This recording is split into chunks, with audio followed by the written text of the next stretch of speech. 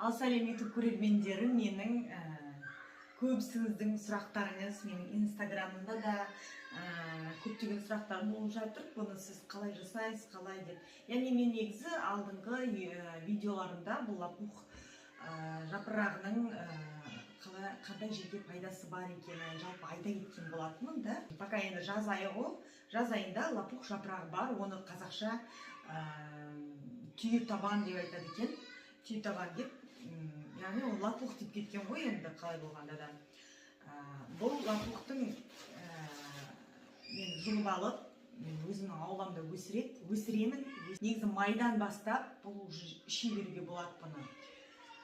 Мен осы жаз мезгілін пайдаланып, өзімді емдеудемін.